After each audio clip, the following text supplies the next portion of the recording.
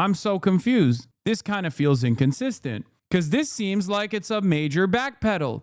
Hold on now. I've been watching Asmongold for the past couple of weeks, and he's been saying f around and find out. Now the government is saying it's an unfortunate incident. I thought it was FAFO time. What happened? What happened? I thought it was FAFO.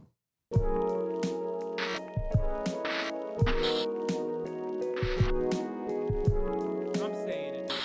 Anyway, Trump is going to send Borders Czar Tom Homan in Minnesota. Announced Monday morning that he is going to be dispatching his Borders Czar Tom Homan to the state. Trump wrote, quote, I am sending Tom Homan to Minnesota tonight. He has not been involved in that area. He's going to eat everybody. I'm going to Minnesota.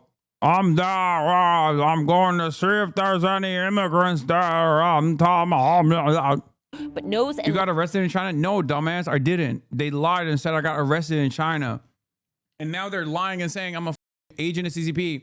And it's ironic because we spent a fuck ton of money for that Chinese trip, like out of pocket. I wish the Chinese government paid us to do that shit, dude. Are you kidding me? I wish. likes many of the people there. Tom is tough but fair and will report directly to me. This is a notable development, particularly because Homan, as the president pointed out, has not been the one on the ground leading the... Where's hammer and sickle hat? I not CCP? No, I am ideologically favorable towards any anti-capitalist initiative, okay? Make no mistake. This is not a secret. I say it all the time. Do you understand?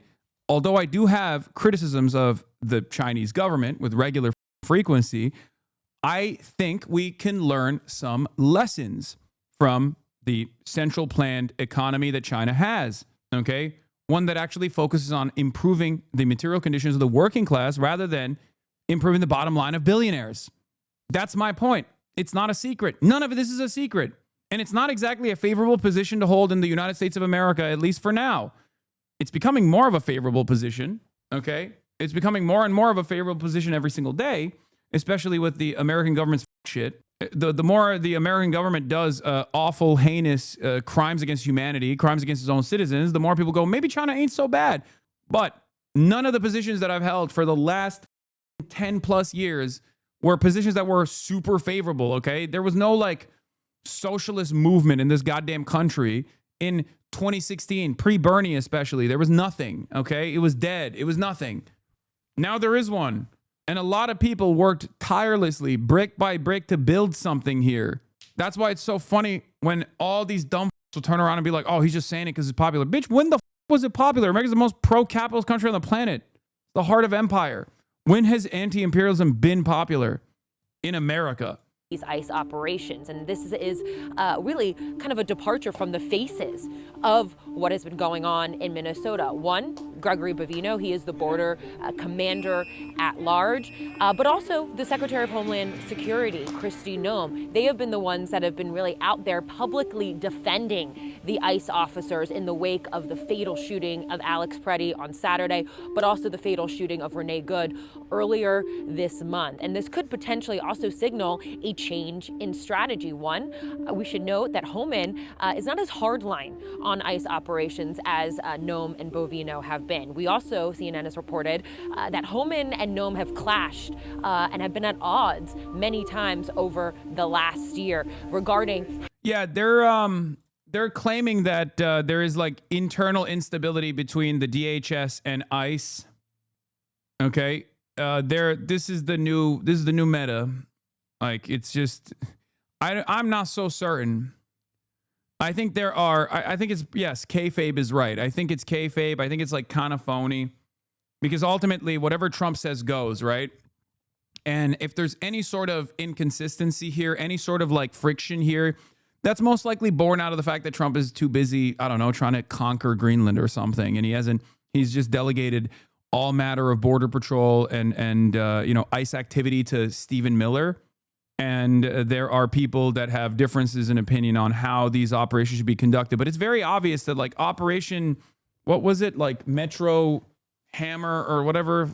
I forget what the goddamn operation is called in Minneapolis. But like that operation was very clearly designed. Metro Siege, right? Is that what it is? Metro Surge. Yeah. So Operation Metro Surge was established in December 2025, last month, and it's been going on for the last month, for the last like almost 30 days now, and it was very clearly designed to dominate and to punish the people in the Twin Cities, right? Like that's what it's for. It's very open. Like they're doing a constant presence. They're doing force projection on American citizens. And they're harassing people. And I think that's frustrating to some people within the DHS infrastructure that actually just want to purge the American boundaries of every black and brown person. Like there are the real white nativists inside of the country, and then there are the ones who are just like, no, we should dominate blue cities. And they're kind of at odds with one another, I think. No one genuinely thinks that they're like deporting criminals, obviously. They all know better. They know how this stuff works. But as a Minneapolis resident, you are wrong. We remember Mr. Homan's valiant service under Obama. We will gladly accept him with open arms. Yeah, exactly. Exactly. Remember when Obama gave Tom Homan a medal? And then liberals get so mad at me. Like, do you care about the excesses? Is that all you care about? Or do you actually care principally about the concept of like purging the boundaries of migrants instead of like documenting them? But yeah, as I said yesterday, and this is from DC Examiner, so they're probably leaking it. All Border Patrol agents in Minneapolis are being sent home, per sources. DHS, CBP have not responded to email. This comes after federal sources told me over the weekend that agents were told their deployment would extend into February. Major change in less than 24 hours. Yeah, I think that direct action gets the goods. I do feel like the big show of force, and then also the Alex Peretti murder and the response to Alex Peretti's murder is causing these guys to back away. But we shall see. We shall see how this goes. That's what I was trying to signal yesterday, and a lot of people got mad at me and said, "Oh, what do you mean?" Like, no, I think it's because Trump realizes how unpopular this shit is. He does not like this level of bad press, because while there are people out there who are like, yeah, kill everybody that's a race traitor to the whites or whatever. Six Buzz is reporting on you this afternoon regarding UBC talk on February 12th. Yeah. I'm going to be doing a talk at UBC in Canada, and the Canadian APAC is trying to stop me from entering the Canadian country, the nation's boundaries, by saying I'm a scary guy. Yeah. How to handle the president's immigration crackdown. President Trump has posted moments ago, Governor Tim Walz called me with the request to work together with respect to Minnesota. It was a very good call, and we actually seem to be on a similar wavelength.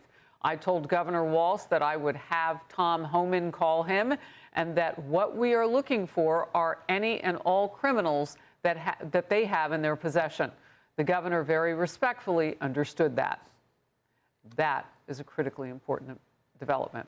President Trump says Minnesota Governor Tim Walz called him asking to work together to find a solution to ICE operations and the chaos in Minnesota. Senior White House correspondent Selena Wang is here for more on that. So, Selena, what do we know about this conversation? Yeah, Diane, well, it looks like President Trump may be looking for an off-ramp here. I mean, what he's saying in this social media post is a big shift in tone that we've seen coming from the president and his administration over the last few days. President Trump saying that Governor Walz, quote, called me with a request to work together with respect to Minnesota. He called it a very good call. And he said, quote, actually, we seem to be on a similar wavelength. He also said that Governor Walz is happy that his border czar, Tom Homan, will be coming to Minnesota. Now, remember that throughout the weekend, President Trump and his team have been making a series of unsubstantiated claims, blaming local officials, including Governor Walz, for the deadly shooting, and also claiming without evidence that Alex Peretti, the ICU nurse who was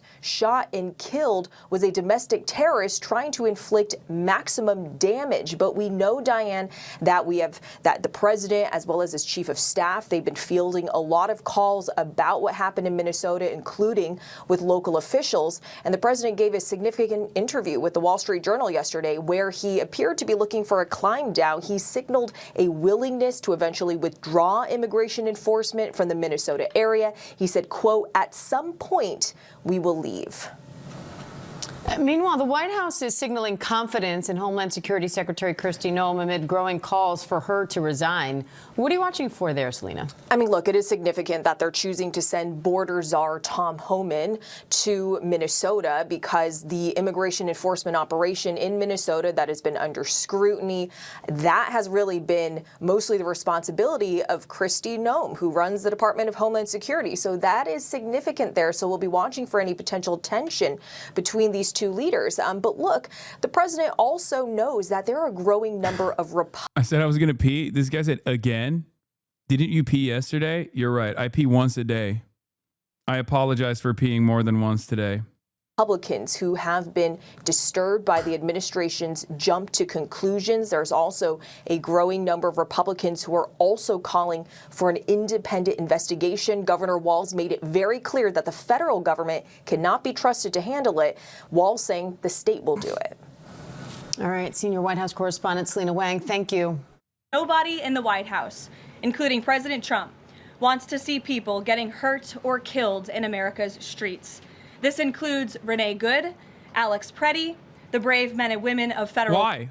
You guys said that they were terrorists. Wouldn't you want terrorists to be killed? I'm so confused. This kind of feels inconsistent. Are they terrorists that deserved what they got? Or is it an unfortunate incident? Because this seems like it's a major backpedal. Hold on now. I've been watching Asmongold for the past couple of weeks, and he's been saying around and find out. Now the government is saying it's an unfortunate incident. I thought it was FAFO time. What happened? What happened? I thought it was FAFO. The left has been arguing for years, literal decades, that the designation terrorist was bound to be expanded to refer to anyone someone in power disagree with. It is a term without referent or definition. Really, libs should listen sometimes. Yeah. I mean, yeah, we've been saying that. I've been getting called a terrorist nonstop anyway. Terrorism just means guy I don't like that I think I can deny due process to. That's all that means. Law enforcement and the many Americans who have been victimized at the hands of illegal alien criminals. Saturday's shooting remains under active investigation by Homeland Security Investigations and the FBI. The Customs and Border Protection is also conducting their own internal review. As President Trump said yesterday, the administration is reviewing everything with respect to the shooting, and we will let that investigation play out. But let's be clear about the circumstances which led to that moment on Saturday. This tragedy occurred as a result of a deliberate and hostile resistance by Democrat leaders in Minnesota. For weeks, Governor Walz and the Mayor Jacob Fry and other elected Democrats were spreading lies about federal law enforcement officers who are risking their lives daily to remove the worst criminal illegal aliens from our streets: murderers, rapists, pedophiles, human traffickers, and gang members. Governor Walz and Mayor Fry have shamefully blocked local and state police from cooperating with ICE, actively inhibiting efforts to arrest violent criminals. They have also used their platforms to encourage left-wing agitators to stalk, record, confront, and obstruct federal officers who are just trying to lawfully perform their duties, which has created dangerous situations threatening both these officers and the general public and Minnesotans alike. This is precisely what unfolded in Minneapolis on Saturday morning. Obstructing federal law enforcement and inciting violence against officers is wrong and illegal. This used to be a universally accepted position in the United States. Amid the hysteria, we must remember how we got here to this moment today and what this Democrat opposition is about. Former President Joe Biden and the Democrats opened America's borders for 4 years, inviting tens of millions of illegal aliens from all over the world to flood into our country. Among them, violent criminals who terrorized American communities and have inflicted devastating, permanent pain and harm on law-abiding Americans and their families. Yet we never saw outrage from Democrats or their allies in the liberal media over these horrifying crimes against U.S. citizens. The pain of American angel families was ignored and dismissed. An undocumented immigrant did a murder inside of the U.S. boundaries, which means we now have to prosecute, apprehend, detain, and possibly denaturalize every Somali American. Does this argument make sense at all? No, if it does, you might be a MAGA Republican. Okay. Angel families is what they're saying is like families who have family members who have died to died at the hands of an undocumented immigrant. That's what they're saying. Okay, that's Laken Riley. That's why they called the Laken Riley Act the Laken Riley Act, because Laken Riley was a nursing student, I believe, who was killed by an undocumented immigrant. And they used that example to propagandize against every undocumented migrant on U.S. soil, despite the fact that undocumented immigrants are responsible for a much, much lower percentage of crimes per capita than natural-born U.S. citizens are. And it's crazy because in the process of like supposedly going after undocumented migrants because they're all criminals that are doing, violent crimes and stuff, they're killing Americans. They're killing American citizens. Ridiculous. More people died in ICE custody in 2025 than undocumented migrants killed in 2024. Yes. The number of violent crimes that undocumented migrants engage in on US soil is so marginal that it is insane that anybody ever brings it up. Like it is like a statistical anomaly. And if you ask Donald Trump, he says hundreds of thousands of people are being killed by undocumented migrants every year. The real number is like 25, okay? That's how insane it is. That is how insane it is. And that includes documented and undocumented migrants. And that includes like vehicular manslaughter and shit, okay? No, 25, not 2,500, not 25,000, 25. 25. If you ask the Trump administration, they keep saying it's 100,000 a year. Yeah, sorry, it's 28. Only 28 murder convictions on non-citizens, documented and undocumented in 2025. It's ridiculous. Because it undermined the Democrat narrative. Innocent Americans like Jocelyn Nungray, Laken Riley, and Rachel Morin are just a few. Can I have a source of my chud friend? Yes, it's called the Department of Homeland Security's own website. At least for the time being, they still have accurate data on it. But yeah, that's where it comes from. No, this is customs-and-border-patrol.gov. Of the many website victims you designed? Yeah, I designed the entire Department of Homeland Security's website. Savagely murdered by illegal aliens. I didn't just design it. I'm the software engineer. Criminals. Earlier this month, an illegal alien from Mexico with a long criminal history who came into our country under Joe Biden's administration threw a baseball-sized stone at a school bus carrying children in New Jersey and fractured the skull of an 8-year-old innocent child. President Trump promised accountability to these American families by securing the border, deporting every illegal alien who has committed crimes, especially and most importantly, violent crimes. Nearly 80 million Americans voted for him to deliver on that very promise, and he is. As the duly elected president, the president is fulfilling the will of the people by arresting and removing these threats from our country in cities from Los Angeles to New York, and yes, Minneapolis. Yet I need you to remember something. 90% of all of the immigrants that are apprehended have no criminal record whatsoever, or I believe it's like 92% now. And the 8% of undocumented immigrants that are apprehended by ICE that have a criminal record are either for minor issues after they've served their sentence and they weren't slated for deportation because it was just nothing, or they're literally carrying out their sentence in prison right now, and the Trump administration is going after them to pad the stats.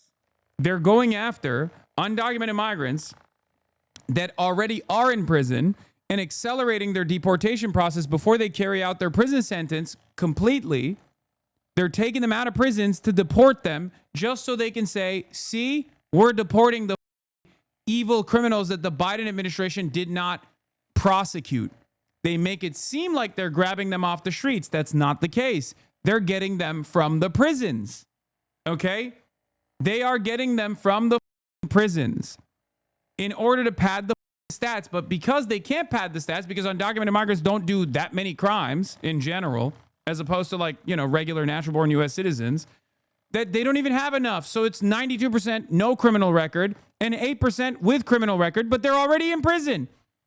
All of it is a lie. Democrat leaders in Minnesota with sanctuary city policies have actively defied federal immigration law and the will like this guy. of the people. And as a result of that defiance, 2 Minnesotans have now tragically lost their lives on the streets of Tim Walz's state. It is President Trump's hope and wish. We sent ICE just to punish a blue city that was doing great, but it's still the fault of the blue city because it was existing. It was existing. We sent our Gestapo agents to dominate people, to lay siege on a blue American city where, you know, the Gestapo agents actually ended up killing 2 American citizens, but that's still the fault of the city itself. Get the out of here, man. Good luck getting your injections in prison, Caroline. Oh my God, I wish for the day that I see all of these assholes behind bars. Oh my God. And demand for the resistance and chaos Is to it me or is KKK Caroline getting fatter? Isn't she pregnant, Chad? end today. That's why President Trump spoke with Governor Walz directly this morning. And he has And also, I don't care. She's a fascist. I don't care about her weight fluctuations, okay? outlined a clear Don't and be simple ridiculous. path to restoring law and order in Minnesota. Number 1, Yeah, she's Governor Purgante. Walz, Mayor Fry, and all Democrat leaders should turn over all criminal illegal aliens currently incarcerated in their prisons and jails to federal authorities, along with any illegal aliens with active warrants or known criminal histories for immediate deportation. Number 2, state and local law enforcement must agree to turn over all illegal aliens who are arrested by local police. And then thirdly, local police must assist federal law enforcement in apprehending and detaining illegal aliens who are wanted for crimes, especially violent crimes. If Governor Walz and Mayor Fry implement these common sense cooperative measures that I will add have already been implemented in nearly Bro, this is literally always, this is the Trump method through and through, okay? Get in there, fuck shit up, everybody hates you. Then you basically go back to the people and you say, hey, give me something that makes me look good and we'll pull out. It's the same with China, with the Chinese trade, with the China terrorism that Donald Trump engaged in. It's the same here in Minnesota. Goes in, everything up. People get very frustrated. People push back. He's like, okay, this is getting a little too unpopular for me. And now just give me something. Give me anything. Like, oh, yeah, we'll just keep getting criminals out of your prisons to make it seem like we're deporting all these heinous criminals that we find on the streets. And then that's it. Same with Greenland as well. every single other state across the country, Customs and Border Patrol will not be needed to support ICE on the ground. Wait, what? This is a genuine question. How could you properly prosecute someone who is undocumented if they don't have any documentation in the USA? Like, doesn't that make reporting our stats naturally lower? I love you. Please don't take this as bad faith. Wait, what do you mean? What? No, they still get processed, chatter. You know, tourists do crimes too, right? Like tourists on a proper visa or immigrants on a visa, they still have the capacity to do crimes. Like, what do you think happens? Like, that still gets counted. Non-citizens are not invisible in the system. Non-citizens still get counted. I just showed you. Here is all of the criminal alien statistics from the, wait, what is this? This is a fiscal year, all the criminal alien statistics from fiscal years 2017 all the way till fiscal year 2025. These are all the crimes that they've, like, by number, these are all the crimes that they've committed. And if you look at the last year, on sexual offenses, 127, driving under the influence, 1,734, burglary, robbery, larceny, theft, and fraud, 414, assault, battery, domestic violence, 700. So the total homicide and manslaughter, 23. These are all the crimes that non-citizens have committed. Okay, total criminal convictions by type. No, that's just CBP. You need to look at the ICE website too. No, this is all of it. This is all of it. It's not just like they're not just finding them at the border, chat. This is all the crimes committed under the Department of Homeland Security's. The Department of Homeland Security looks at all the crimes that are committed that non-citizens have committed, and they tabulate it right here. Now you have to look at this. You have to look at this and then adjust it to per capita rates If you want to understand, like, if you want to slot out, like, if your goal is to obviously reduce the number of crime that's happening inside of the United States of America, which is understandable, that's the goal of every responsible government. That's at least the theoretical goal of the Trump administration, right? Then you know, tackling it from like the propensity to crime due to like your immigration status is idiotic. But if you were to do that, which is what the Trump administration is claiming that they are doing, you realize that actually natural-born U.S. citizens are infinitely more likely to do a crime than non-citizens are. Okay? It's like trying to put out a burning candle on the table when there's a house fire. That's what it feels like. That you're not actually trying to solve the problem at all. You're just saying, no, it's this burning candle that is responsible for the entire house on fire right now. Anyway, and this has been readily available. It's not they count them separately. I promise. Look at the site. The stats are terrible for ICE. Less than 5% violent crime. There are a few great articles on this. I put together my data. I put together the data to show my MAGA mom. No, that's just CBP. You need to look at the ICE website too. No, ICE is doing interior removal as well. So the rates that they're showing on the ICE website, I suspect is not just capturing the yearly numbers. It's capturing who they are deporting, which means like if someone did a crime in the year 2007 and ICE actually went to the prison system and grabbed them from the prison system in 2025, they logged it as a 2025 criminal deportation. But you're trying to figure out when they did the crime, then you have to look at the CBP numbers. Does that make sense? Did I say website? Oh, you guys. Like the ICE website, the ICE numbers will show all of the current non-citizens that are inside of the U.S. Boundaries that have done a crime, no matter when they've done the crime. We're looking at the likelihood to offend. Well, okay, thank you, Chatter, for that meme. And if you want to know why that's the case, by the way, it's pretty understandable. It's not because undocumented immigrants are just like brilliant criminals and they are able to evade law enforcement better and they have like a magical secret to do crimes and then hide themselves after they do the crimes. The real reason is because undocumented migrants, understandably, are less likely to commit crimes because they know that if they do commit crimes, they'll get deported. No matter how big or small the crime is, they don't want to get deported. It's that simple. That is precisely the reason why they have a lower rate of crime per capita than natural-born U.S. citizens are.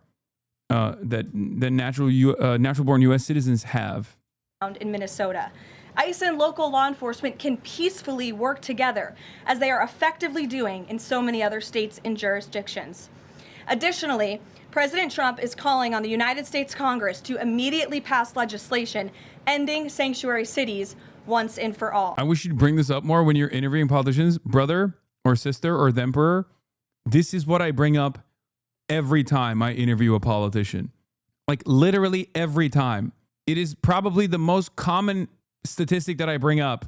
I said it directly to Ro Khanna in 2024 at the DNC, where I was like, why the fuck aren't you guys talking about this? It's one of the funniest like cell phones, one of the funniest like cases of national suicide when you actually take an anti-immigrant stance. It's ironic because the overwhelming amount of propaganda is that like immigrants are killing people, immigrants are doing crimes, but it's actually the exact opposite. When immigrants, both undocumented and documented, go to a city, the crime rate goes down. Economic prosperity goes up. Immigrants also end up making sure that America doesn't fall into the same birth rate trap that other developed nations have fallen into. But that's what's so offensive to these white supremacists.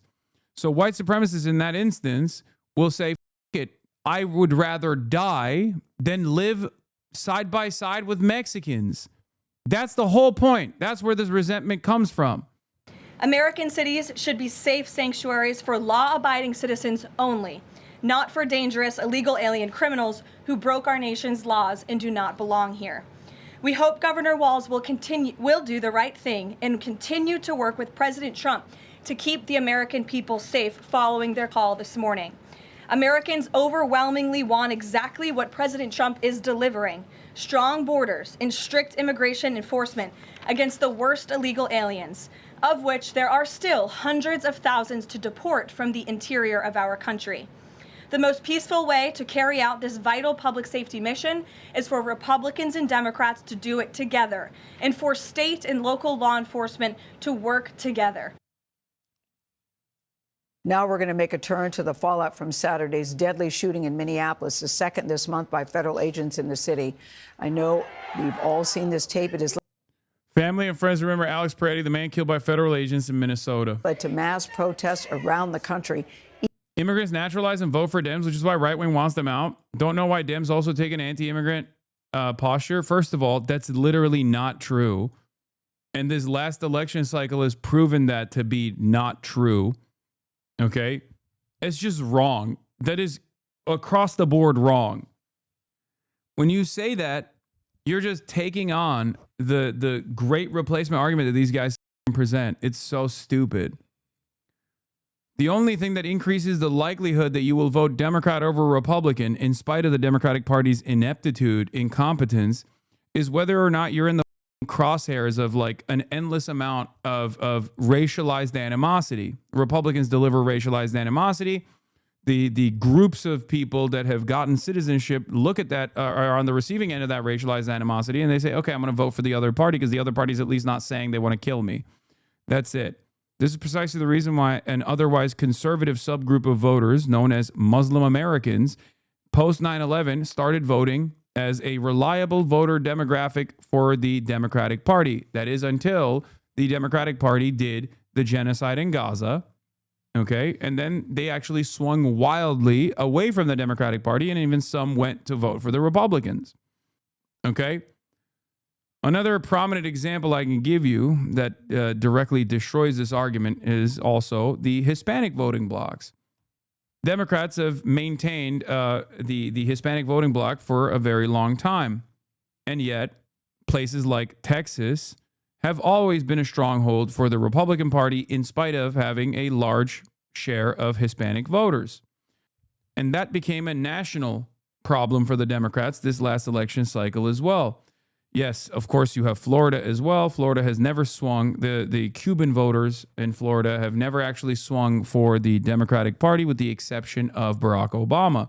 And that was only because Barack Obama was very progressive. And it was the young Cuban voters that actually voted for Barack Obama.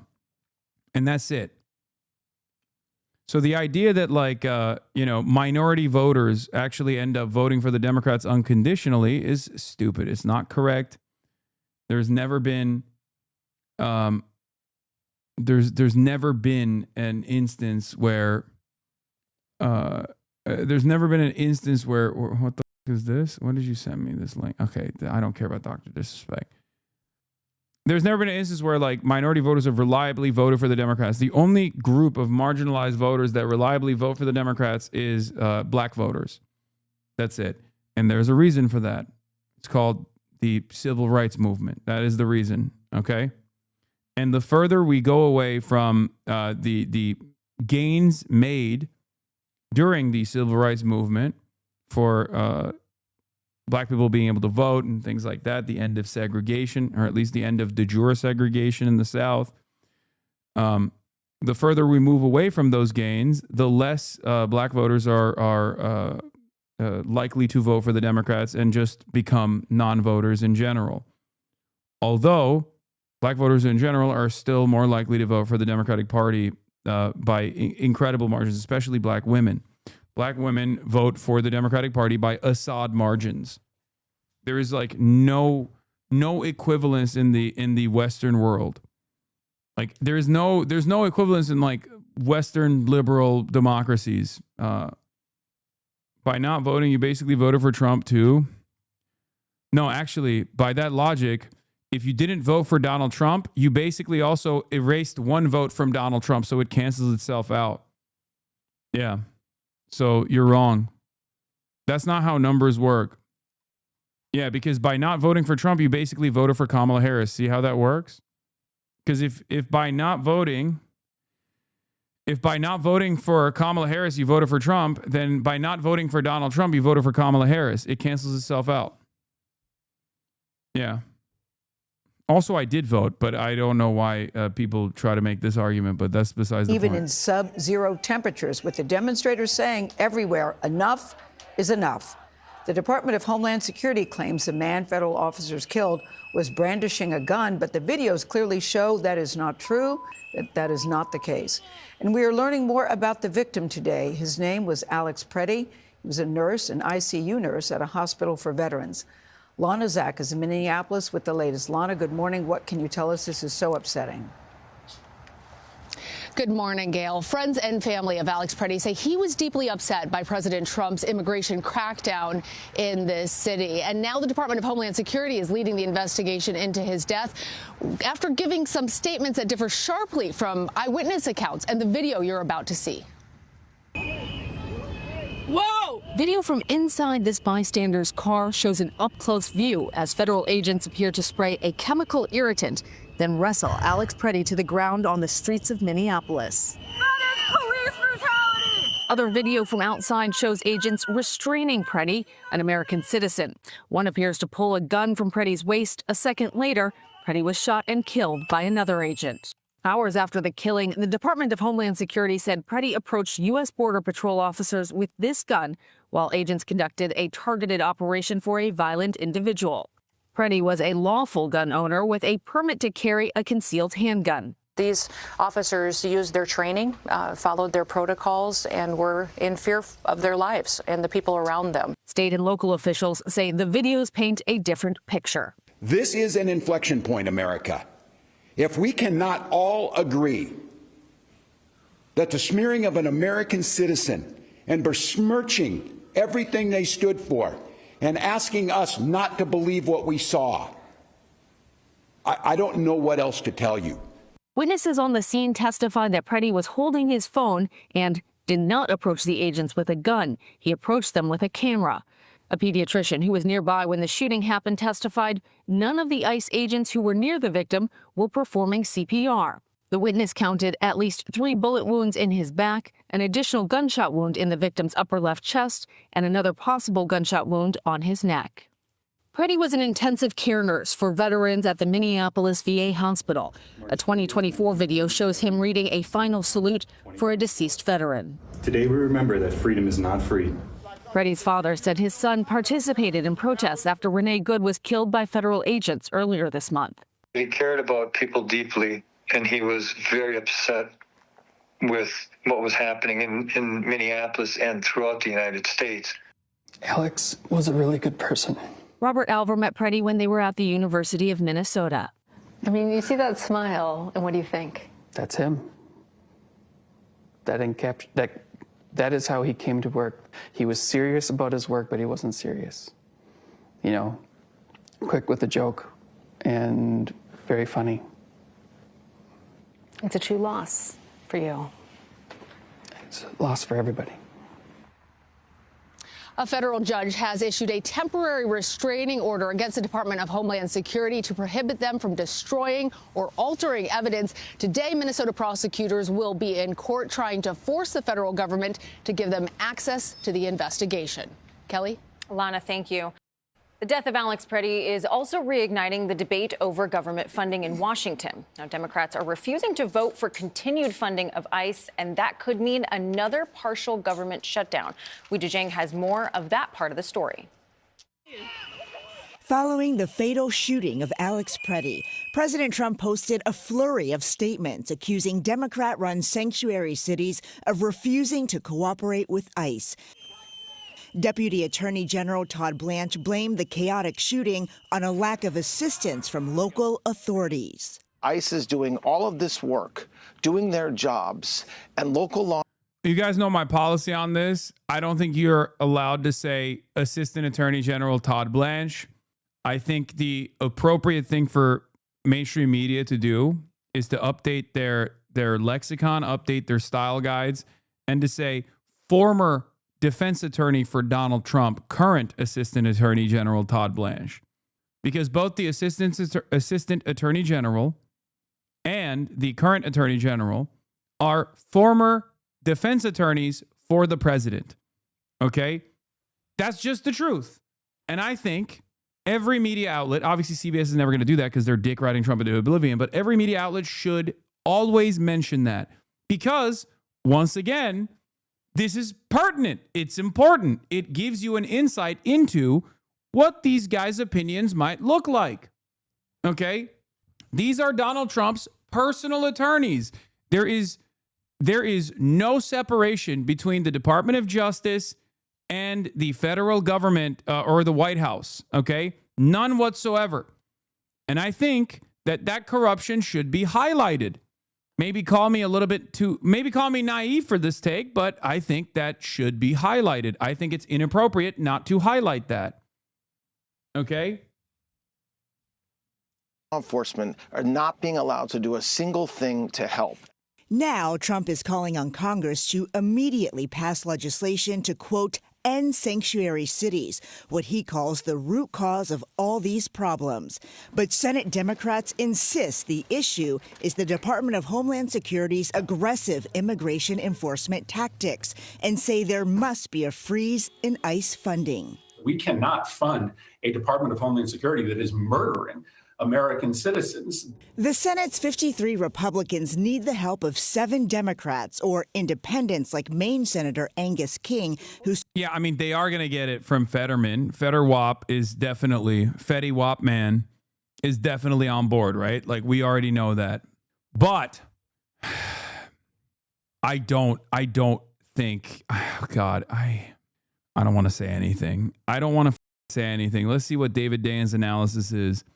News from inside the Senate Dems meeting tonight. Schumer has the votes to block the DHS funding bill. They're going to ask for real investigations into murders, including an end to impeding the state/local investigations and an end to mass and arrest quotas. Senate Dems will try to advance the other 5 spending bills, which are relatively bipartisan, without DHS. All of this would require Senate Republicans to agree and the House to come back and pass before Friday, both unlikely. I don't know how you're a Democrat and get reelected if you funded government funding to ICE after this. Chatter, the reason why Democrats are thinking that they can get away with this is because there's no other options and that they are marginally better than the Republicans. This is them demonstrating that they're marginally better than the Republicans for the record. I just need you to understand that. And even then, this might not pass. Even then, they might cave. Okay? And the reason for that is because they also go on Twitter, I guess, or their consultants are on Twitter, and they demonstrate their perspective on a daily fucking basis. It's shit like this. The thing that makes Piker fans very similar to Trump fans is that they're impressed and even defensive of their idol's self-evident stupidity and lazy ignorance, so they just rely on popularity, subscribers, rally size to compensate for lack of intellectual or moral value. Explain why I'm wrong in this take. Online life is now people on the far right and the far left trying to outbid each other on who the biggest conspiratorial crank is out there. What is the conspiracy? What is the conspiracy? Can someone please explain to me what the conspiracy is? I can't even quote retweet this guy because he blocked me. Can a single person address the point I'm making without crying about anti-Semitism, conspiracies, or a bunch of irrelevant shit? Just one person, please. It's so strange. It's so strange. This is not an argument. Okay? I don't understand it. Bro type slower than my mom. Yeah, that's why it's so funny. Crazy how many people dogpile you. I don't understand it. These guys all keep saying this is anti-Semitism. They all keep saying this is conspiracy shit.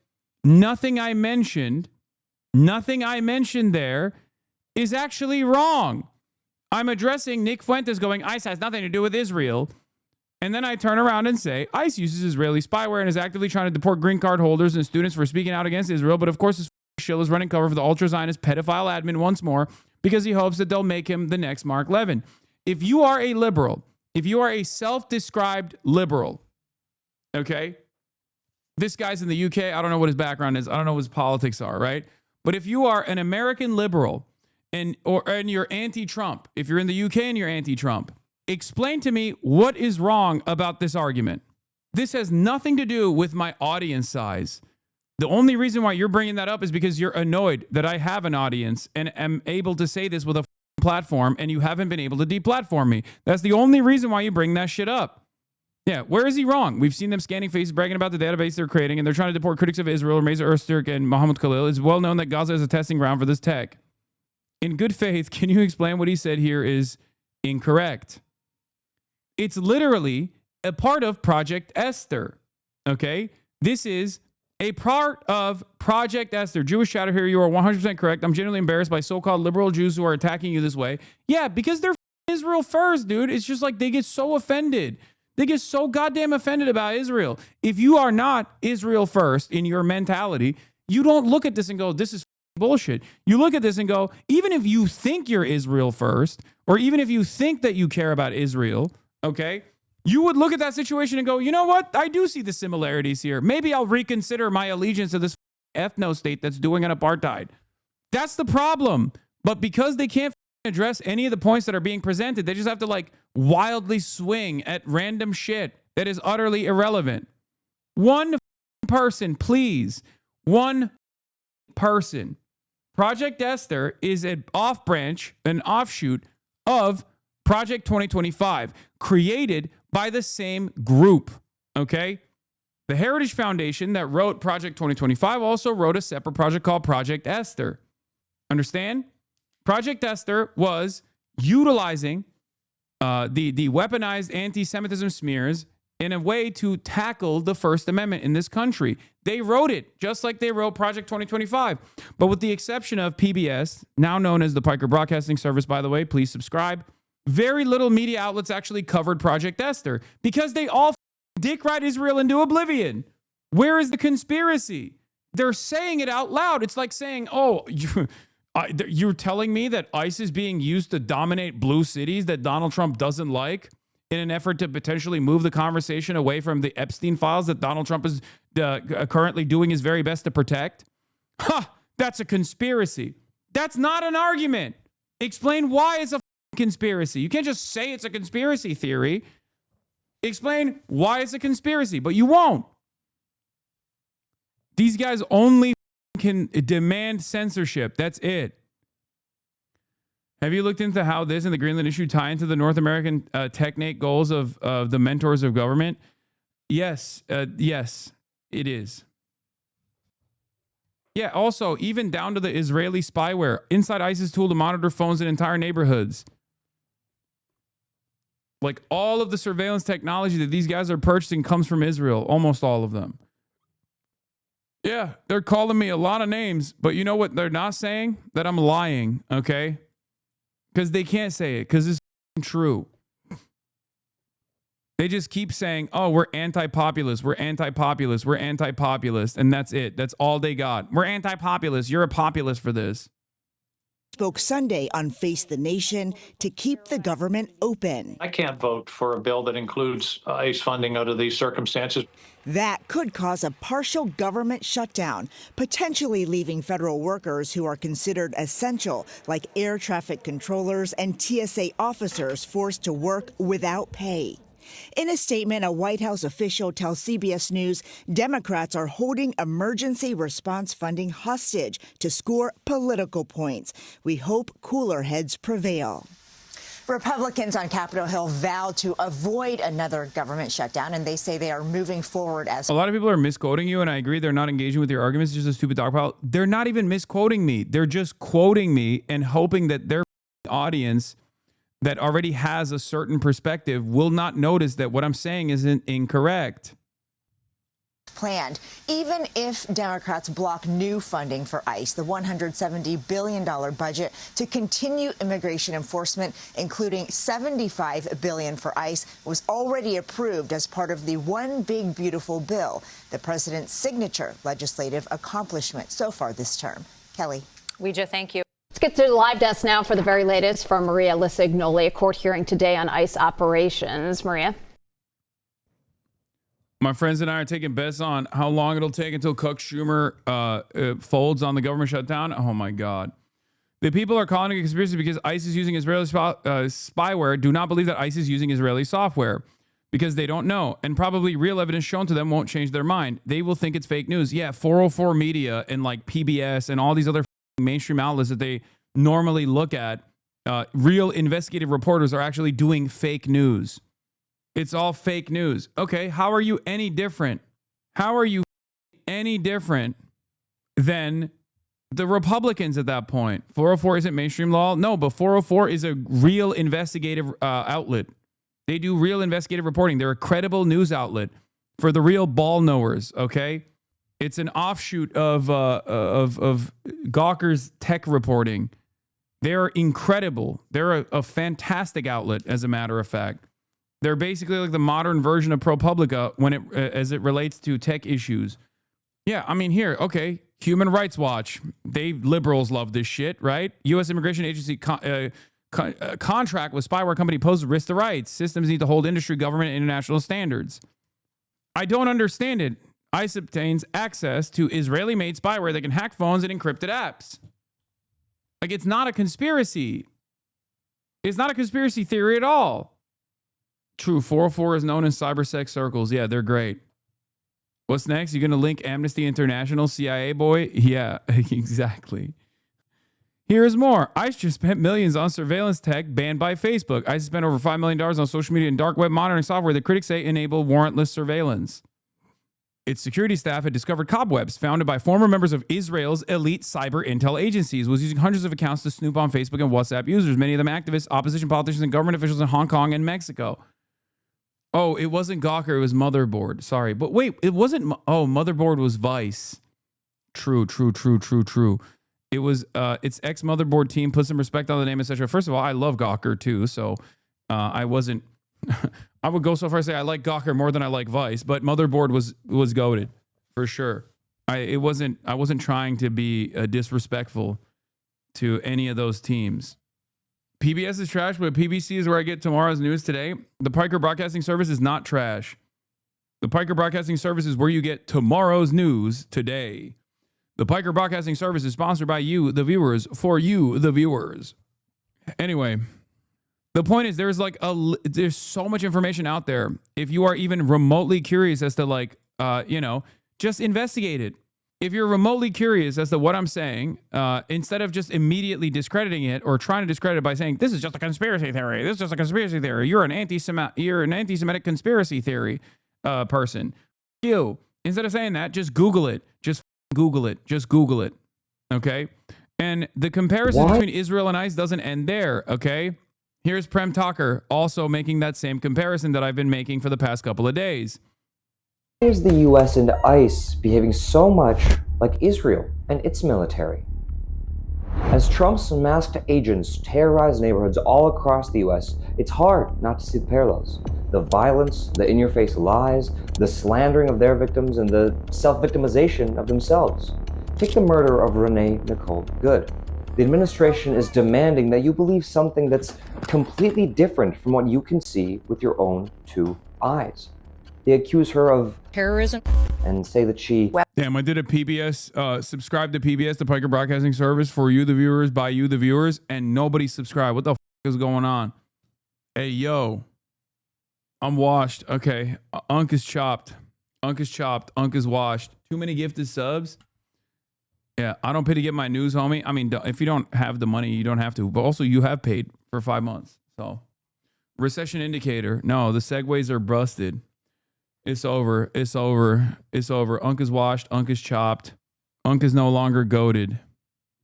Chopped Unk. Chunk. Calm like a Tom. Thank you for the 20 gifted. Weaponized her vehicle. And that she was stalking agents who then feared for their lives. ICE is behaving how Israel does every time they kill a Palestinian child, doctor, journalist, or parent. We describe it simply. Every accusation is a confession. Everything ICE has done before and after killing Renee Good make the parallels almost too hard to ignore. For one, both the Israeli army and ICE are unimaginably violent, often unprovoked. Both have a knack for ramming people's cars or pulling people out of them, brutally arresting and assaulting common people as if they're dangerous threats, and blocking doctors or ambulances from reaching their victims. Both also act as completely unaccountable occupying forces. In Palestine, Israeli soldiers oversee a vicious apartheid system. In the US, masked agents demand people's papers, beat up kids at Target, and march around towns as if they're scoping out another country for the US to attack. And then there's the rhetoric. In addition to smearing victims as terrorists, they both build pretexts to justify even more violence, even against kids.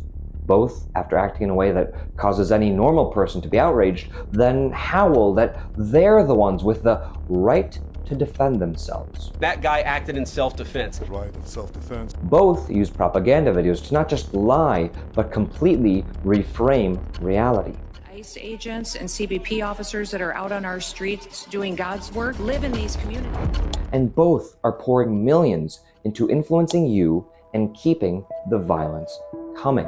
And finally, there's the links between US and Israeli agencies, security partnerships and cooperation agreements, synergy and admiration between their border walls, sharing the same weapons and surveillance suppliers.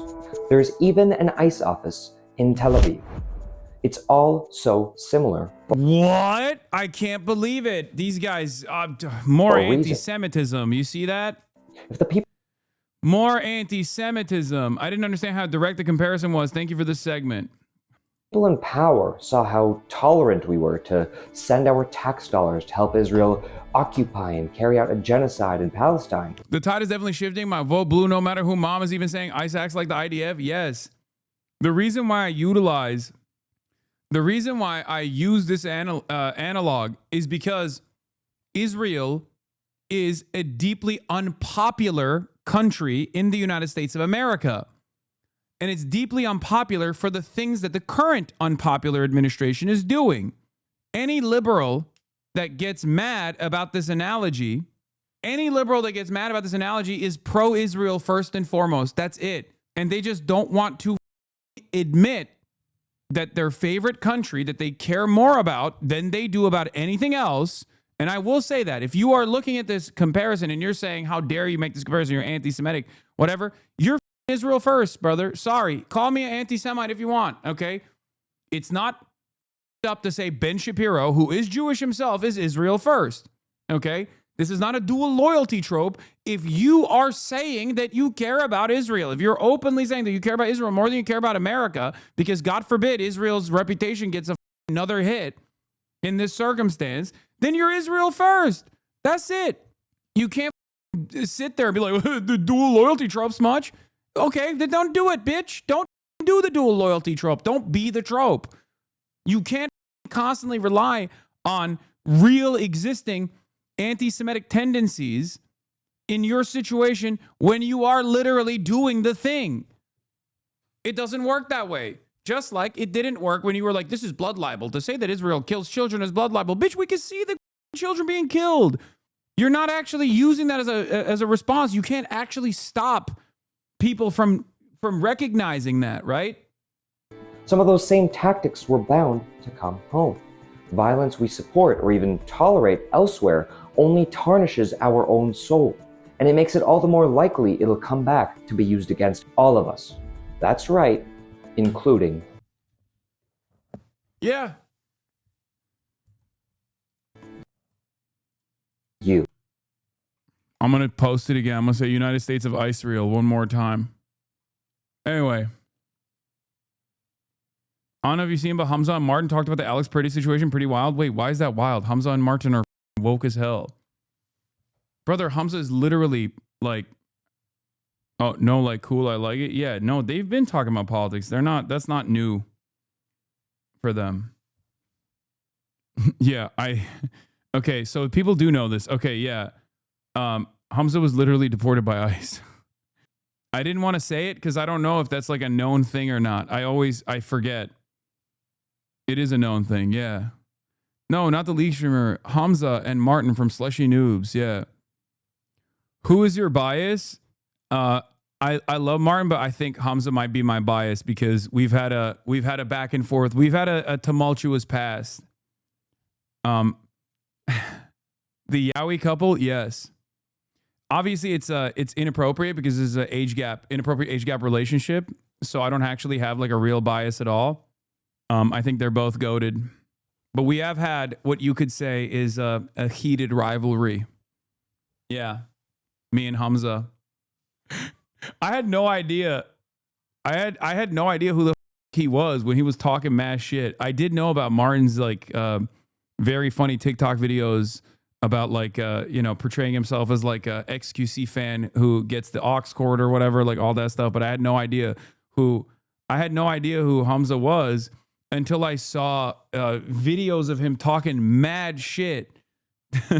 He was like, "F this guy, I hate Hasan," and he was like, it was strange. I was like, "The," and it turns out this was a Hasanabi head. He was talking mad shit, even though he was a Hasanabi head for years and a barb too. Isn't that crazy? Why do people keep saying, why don't you talk about Tool? Tool. Have you seen this? What is this? 2 sticks of RAM cost $900 because of this shit, by the way. Domain. What's actually crazy is this is not even AI. This is what happens in Jujutsu Kaisen. Like end of season 2 Jujutsu Kaisen. Like that's literally what happens. And it's so strange because it kind of comes out of nowhere. You're like, wait, what happened to Gojo? Like what's Sukuna doing? And then all of a sudden it's like, nope, no more Sukuna, no more Gojo, none of that shit. This is, sorry, spoiler alert, but this is Jujutsu Kaisen season 2 finisher.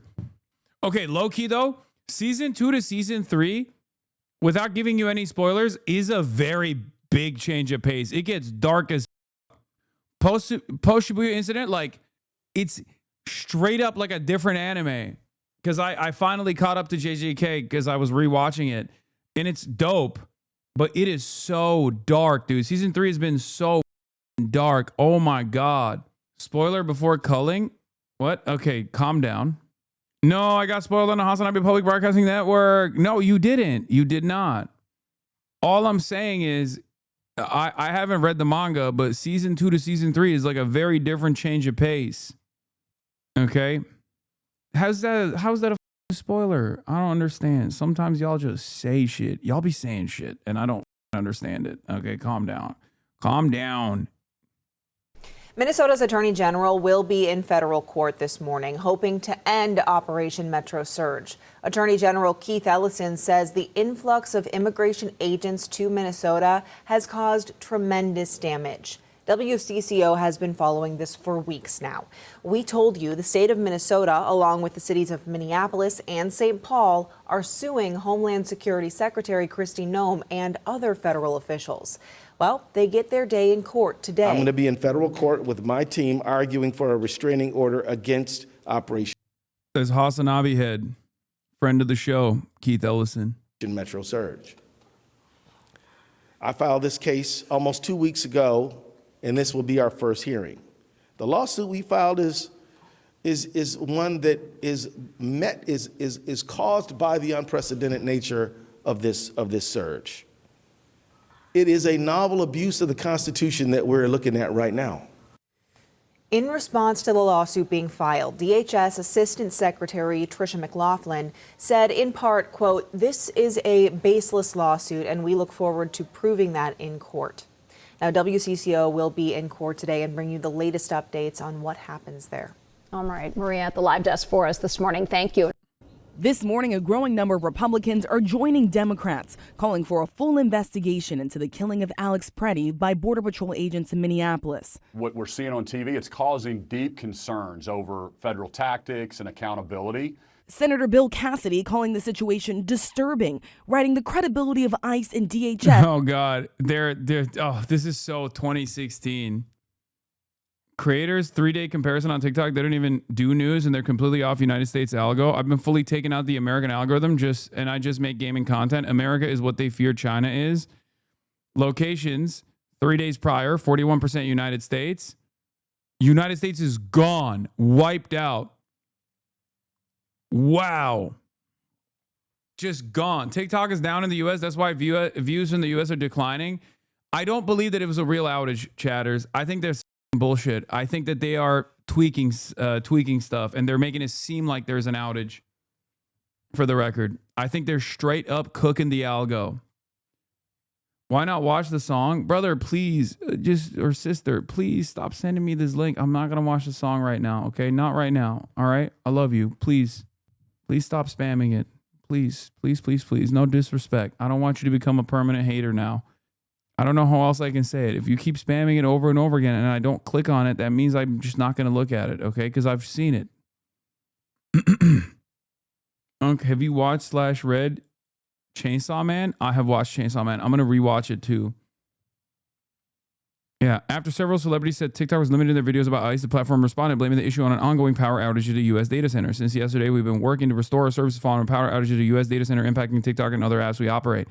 We're working with our data center partner to stabilize their service. We're sorry for this disruption and hope to resolve this soon. Cap bullshit. Okay. Anyway, so all these guys are like, they're all reacting to the Alex Preddy killing that came after the Renee Good killing.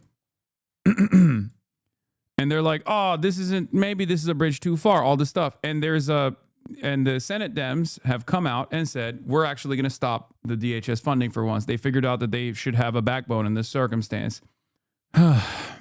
Now, here's David Dayen's report from inside the Senate Democratic Caucus, where the strategy to block DHS funding, David Dayen of the American Prospect, executive editor of the American Prospect, David Dayen, reports from inside the Senate Democratic Caucus. Detailed language on the conditions is to be finalized today. They include an independent federal state investigation, which includes Minnesota officials of ICE murders and tactics, a ban on ICE use of face masks, a requirement for body cameras. There was $20 million in the funding for body cameras in the current appropriations bill, but they are not mandatory. A ban on roving ICE patrols, a ban on the invented category of administrative warrants that bypass judges in violation of the Fourth Amendment, and an end to arrest quotas. The move came about after key Democratic moderates declared in the wake of Preddy's killing that they would not support ICE funding. Senator Catherine Cortez Masto said the Trump administration and Kirsti Noem are putting undertrained combative federal agents on the streets with no accountability. Now, this is, once again, as is expected from the Democrats, too little, too late. But Adam Johnson says, a ban on roving ICE patrols and arrest quotas is substantive if inadequate.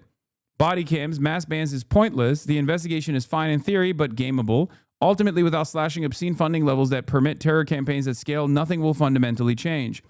Banning invented legal categories like administrative warrants reminds me of when progressives wanted to pass a law forcing the White House to abide by the Leahy laws.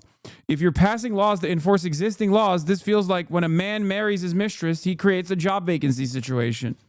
They need to start prosecuting these fools right now. They need to start demanding prosecutions of these people right now. DHS got $170 billion in a mystery money last year to build a deportation machine, and it's unclear how you can address the cruelty of this regime without taking away some sizable percentage of it. Historically, when people want to rein in bad things, defunding is a key way of doing so.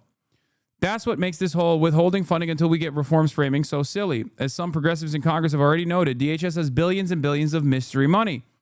They don't need more funding to operate. Let them burn through their MAGA funds. Fun thing about the Democrats is that they pathologically begin negotiating from a position of extreme compromise, the most lukewarm reform conceivable, and go from there. Republicans begin with maximalist demands, so slashes to the DHS budget are simply never a part of the equation, when they should be the key part of the equation, perhaps the only part of the equation. Despite the fact that a plurality of Americans support abolishing ICE, 46%, with 41% against, 46% for abolition, including 76% of Democrats, this is off the table as a starting position due to the baseless conventional wisdom, abolish and defund language cost Dems the 2024 election. So the starting point for Senate Dems is keep all funding in power, but more oversight, transparency, and rules. What we will end up with, I predict, will be something more cosmetic than the initial proposal.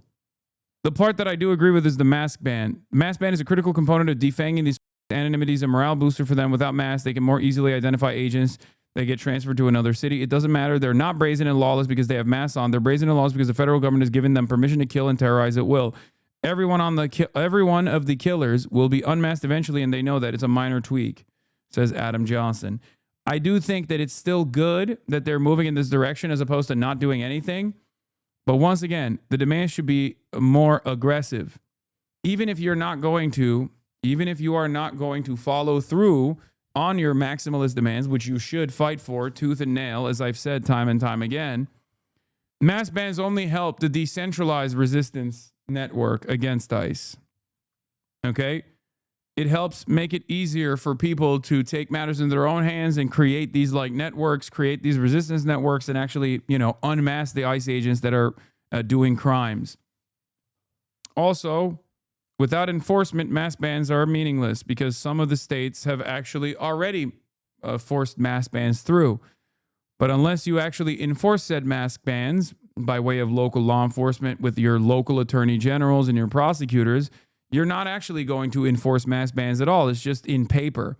Just like the Constitution in paper is supposed to say a violation of the Fourth Amendment is unconstitutional. It should be penalized. But without there being any sort of penalties for violating the Constitution, it doesn't matter. Laws are meaningless if not enforced. It's that simple. I will say, though, I'm glad that Moist Critical's community is turning on Asmongold. Moist Critical, Asmongold commenting what Alex Preddy did was absolutely R-worded, guys, but also Asmongold. Felt I needed to share a portion of Charlie's audience. Also watch Zach, aka Asmongold. He shouldn't be getting away with this insane victim blaming, especially with the size of his platform. Notice comment on the murder of Renee Good, R.I.P. Bozo. Asmongold calling someone else's actions R-worded while living in a fortress with Dr. Pepper cans and dried tooth blood is peak comedy. We are reaching levels of irony that shouldn't even be possible. It's truly a bottom of the barrel performance from the human personification of a grease trap. Hell yeah. I told you, man, too much spotlight and all of a sudden, oh, there it is, because he's more unbiased than the media and speaks common sense. Yes, at least you get it. Unlike these R words in here, I think people don't agree with them. Shouldn't matter, blah, blah, blah, all this stuff. Why were there normies in there to begin with? What do you mean? This is the reason why there hasn't been a lot of friction between Asmongold and Moist Critical, because Moist Critical has like a fairly centrist audience. There's some leftists, there's some right-wingers in there. But Asmongold presents himself as a centrist, but has like primarily a right-wing audience. I don't think you guys understand because you're in my community, so you're like in the hyper-left community. A lot of these other places that are seen as like liberal adjacent or centrist or apolitical content creators that like focus on lighthearted drama for the most part, and every now and then they'll have like a political take, oftentimes do not actually, like, they will never treat Asmongold in the way that they treat me. I'm a easy target to slam into, right? I'm a much easier target to slam into because I have basically been brought up as like the figurehead of communism in the United States of America, if not around the globe. And it's wrong. I don't agree with that. I think it's a idiotic and very narrow focused, like drama focused way to approach politics in general. But unfortunately, that is just how it is. That's just how it's perceived for a lot of people who have no political education, no understanding of ideology, and no investment in the political process whatsoever, and simply treat politics like a game. And they can only understand politics from the perspective of drama, content creator versus content creator drama.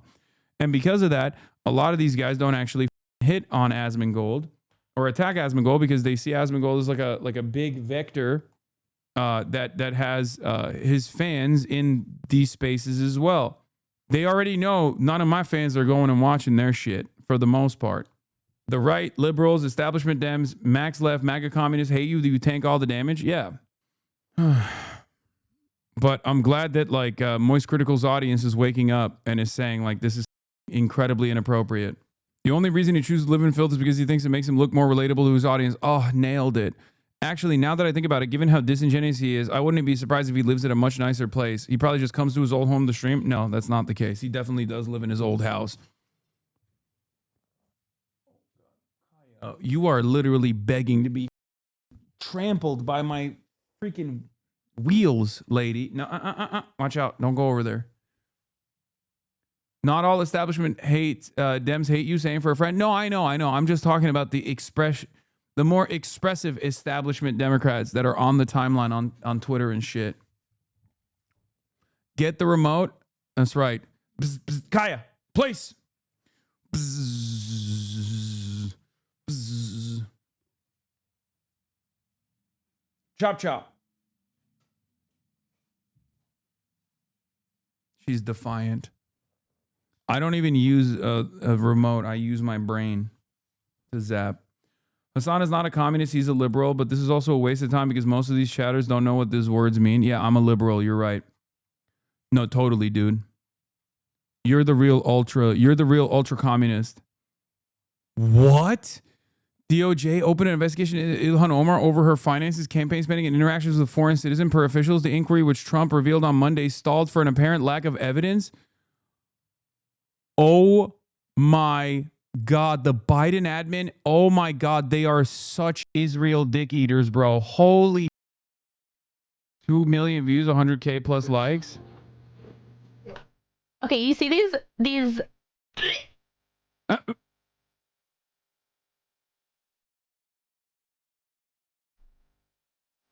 Okay, chat, that stuff on his wall is his mouth blood, because he, instead of getting up to brush his teeth at night, his gums start bleeding in the middle of the night, and he wipes his gum blood on the wall. Oh shit, I got my pillow. Very comfy and cozy. This is the normie reaction to the way this man lives, by the way. His audience finds this kind of repulsive behavior to be a signifier that he's actually a real one. And it causes them to forget that he's a multimillionaire who owns numerous businesses. Okay? You're obsessed, brother. Yeah, no, totally. Totally. How many times has Asmongold talked about me today? I guess we can find out because we can just look at what you've said in his chat. Who has the link? Who has the link? How many times have you mentioned me in the Asmongold chat? How is it possible a person like this makes millions of dollars? My brain is exploding. Mental illness, dude. What are you talking about? A lot of people are mentally ill, especially on this platform, both the watchers and the creators, who would basically put themselves in a cage like a zoo animal. Who would put themselves in a cage like a zoo animal for thousands of ogling eyes to watch?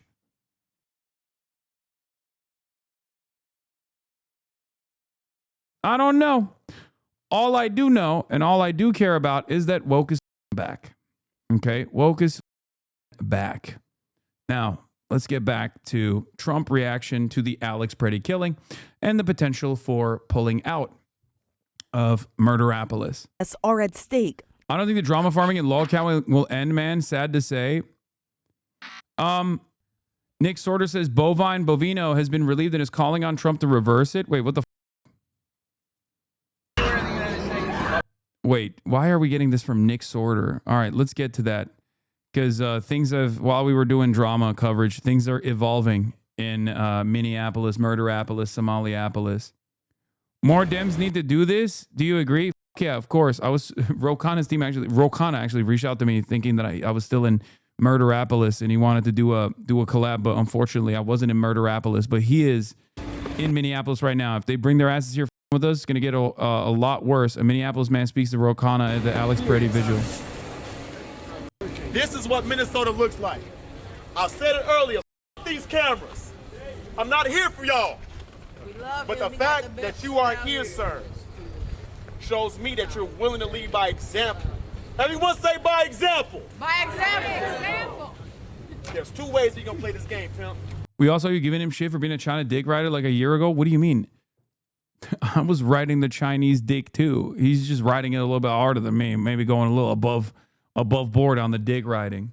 I will recognize that. He dick rides China more than I do, okay? We were nice. Called him a pimp. His brother was a nurse. Now they're willing to kill our nurses. So when you go back to Capitol Hill, tell them I said it. If they bring their asses here with us, it's gonna get worse. But what we're choosing to do, everyone say choosing to do. Say it with your chest, say choosing to do. What we're choosing to do is we're choosing to be civil. That's what happens in America. Every morning I'm here, bro, we have said the Pledge of Allegiance with our hand over our heart. We love this country, but we ain't fighting for the bullshit, okay?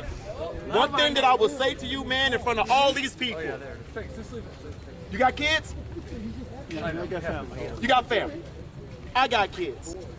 Who got kids? Raise your hand. All right. So at some point, we are going to have to give our kids something. We was out here the other day, 29 degree negative. But we out here, right? Yes. All right. So if we out here with 40-degree negative heat, my friend, I want you. And we out here now. So I want you to go back to Capitol Hill, and I want you to tell them you spoke directly to me. You spoke directly to someone that's on the ground. My name is Michael Wilson. Common spelling, Michael Wilson. You're cold, I'm cold, but brother, I love you. Our job in this country is to protect from enemies foreign and domestic. One thing I guarantee my life for, going forward, now that I got you here. Every single day I'm out here with the Pledge of Allegiance. Every single day I'm gonna do a nurse roll call. We got any registered nurses out here? Nurses? I'm a nursing assistant. All right. And that counts. Now, I got nurses out here, bro. Engineer. Hey. From Chicago. This is what you, and not saying you, because I know what side you're on.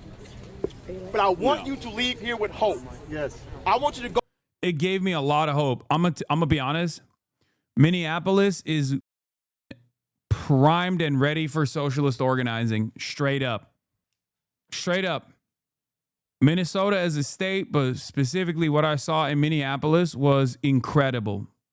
Not Anthony Edwards, though. No, we'll get him, too. Don't worry. I saw that Anthony Edwards video. He literally did. He don't got internet, but to himself. He said, I don't got internet. Minneapolis was shocking to me. Look, I've been around. I've been to a lot of protests, right? I've been to protests all around the country. I've been to protests all around the country. I've been to protests all around the world. And obviously, you know, that's like a meet and greet no matter where I go, right? If you're going to a pro-Palestine protest or any sort of protest like that, there's going to be a lot of Hasanabi heads there because you guys are obviously at the epicenter of this kind of mobilization. But Minneapolis was genuinely crazy. Minnesota was truly insane as far as like how many. Like there was a reason why I like kind of left the area of the vigil specifically because I didn't want like to take away from what people were doing there because a lot of you guys were there. Low-key, that's what's happening. That's what's happening nationwide. Leftist coalitions are forming. Neighborhoods are training themselves and developing tactics against ICE. Things are moving really quickly. Yeah. It does kind of feel like these are the weeks where decades are happening. I'm not going to lie. Hopefully it continues to be productive. Hopefully it continues to only grow from here. But I want everything that you want to happen to immigrants to happen to you. Heart. Okay, look at that. Woke is back, baby. What did you mean when you said Minneapolis was like Belfast, love from an Irishman? It's exactly what I mean. Minneapolis is like woke Belfast, dude. Straight up. Down to the murals, down to I guess the politics of the city in comparison to the rest of the country. Maybe they're not as radical as Belfast, but Belfast is woke though. That's true. Belfast is very woke too, to be fair. What is the difference between BLM? I felt this then. I think in some ways, Democrats were more on board with Black Lives Matter, or at least like they were more visible. They were more visible during BLM. They neutralized it to a certain degree. Like they took a street back movement and they neutralized it, right? And yet, and they neutered it. But in this circumstance, Democrats are they're running so scared that it has caused people to actually look outside of the duopoly and look for an organization that is more invested in a permanent resistance structure, an organization that will actually hold both parties to account if necessary. And that's where socialists come in. They have the principle, they have the history, they have the backbone. They've been there from the start. And therefore, this is an alternative for them. I know I'm using a lot of terms that make it seem like I'm a trot here. I said permanent resistance and a socialist alternative and stuff like that. But I mean, it's, you know, sometimes they got good marketing. Let's be real. All they do is write pamphlets and shit. So it's understandable that they're going to arrive at like some good talking points. Trotsky himself was a very good writer anyway, but that's besides the point.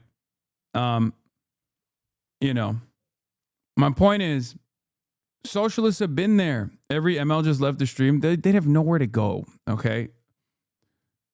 Legal observers have gotten their global access for travel at airport revoked, says Minnesota attorney. That's not surprising to me at all. I mean, I had my shit revoked too, if you guys remember. I never got to enjoy the global access that I spent a long time ago. What is this? Epstein, he caught botting his stream, ended it because he bought too many bots and had 114,000 people watching his stream for a couple minutes. Yeah, I did see that. Chilling and news and stuff. 114K watching. Why does YouTube not punish that shit, by the way? Like, it's such a transparent botting incident. But anyway, all right, enough drama. Come on, guys. You guys are all... You're pulling me back into drama, and I'm eating the bait. Brian Kilmeade made Trump send Homan. Fox's Brian Kilmeade at 6:15 a.m. What I would do is just bring Tom Homan in to Minnesota. Kilmeade at 7:15 a.m. Send Homan. Kilmeade at 8:10. Send Homan. Trump at 8:30 a.m. sends Homan. Yeah. I think they're going to pin a lot of the blame on Bovino because he's been frutting around a little too much.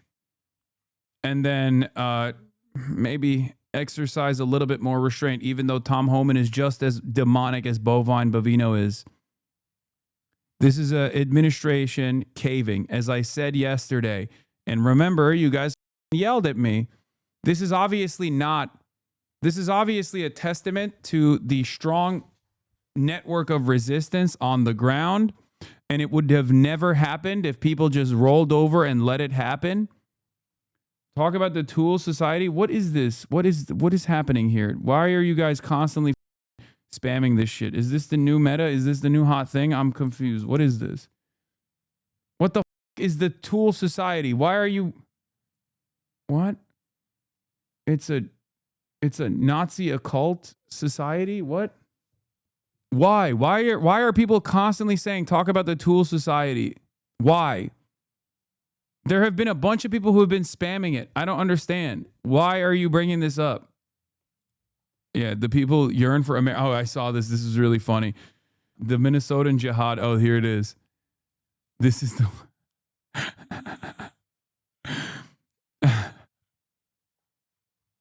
Do you think you will enter paradise without Allah proving which of you truly struggled for his cause and patiently endured? I downloaded this onto my phone. I will be using this in the future. Just get ready. Okay. This is white boy jihad. Woke Sharia. Straight up. I think there is something to be said about annoying liberals on the timeline that everybody associates with like some of the worst excesses of liberalism, who actually, when push comes to shove, will do the right thing.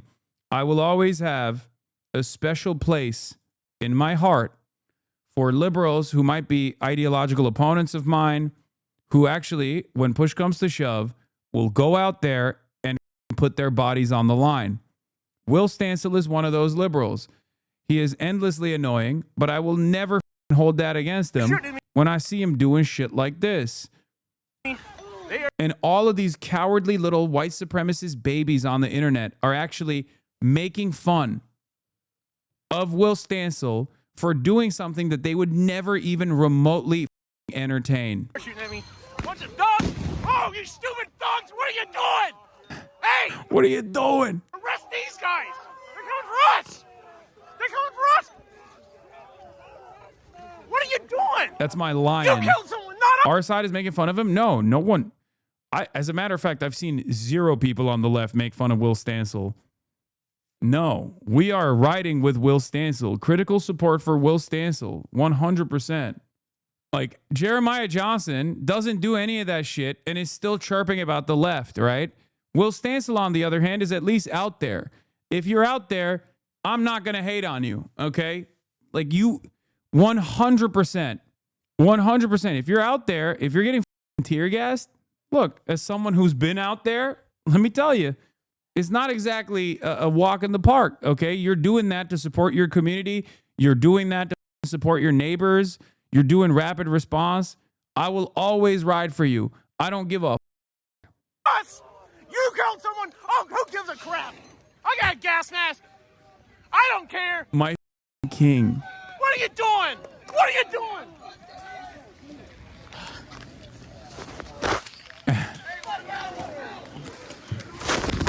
They're Yeah. shooting at me. Yeah, 100%. Look, Marxism is probably my number one op in the anarchist side, okay? He is Mr. Moral Consistency to the maximum. Even when sometimes it's, I think, a little unproductive to develop political allegiances. And yet Marxism is here, giving props to Will Stancil, saying he's doing a lot more than all 90% of leftists who all they do is post. Okay? Bro, he's not your op. He talks you up all the time. Who? Will Stancil? He does? Maybe I'm mistaking him with Armand Dowalewski or whatever. This one. These are both. I think that's my confusion here, because for me, these two guys are the same. Oh, Marxism. Yeah, no, I'm joking. He's not my op, dude. What the f? It's a joke. Chatters, I'm joking. He's not my op. Marxism is not actually my op. What the f is wrong with you guys? It's a joke. He doesn't understand that it's a joke because he's an anarchist, and jokes are bourgeois decadence. Jokes are counter-revolutionary. Jokes are ableist. But you should know that I'm joking.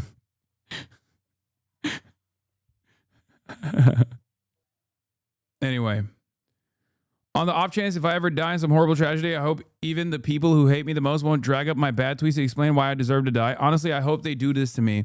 I want to die like I lived. Come spit on my grave, idiots. I'm waiting for you in hell. Will was garbage on Gaza in the election, but since ICE, he has emerged as a true lion. Exactly. Bro, by the end of this process, he's going to be pro-Hamas, dude. Like, this is a tweet that I saw. Maybe now y'all understand how Hamas was elected and ultimately ... Like, that's the whole point. Yeah. Will be like, oh my God, why are Palestinians resisting militarily, not realizing that, like, those are Palestinians, bro. Sure, there's like internal division amongst them as far as like their own personal domestic affairs, their own governance. There are plenty of Palestinians who are way more woke than Hamas in general and find their administrative duties to be somewhat incompetent, or don't like some of the Islamism, at least from my conversations with Palestinians. But you won't hear them talk shit about Hamas, while Hamas is the only one holding up arms against Israel. And not only that, but also on top of that, they've been able to coalesce all of the Palestinian resistance, regardless of ideological differences, over and over again. So Hamas has been suppressing democracy.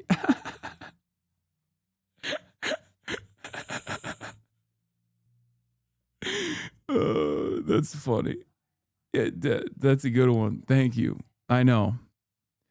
Yeah, no, I think it's really dumb.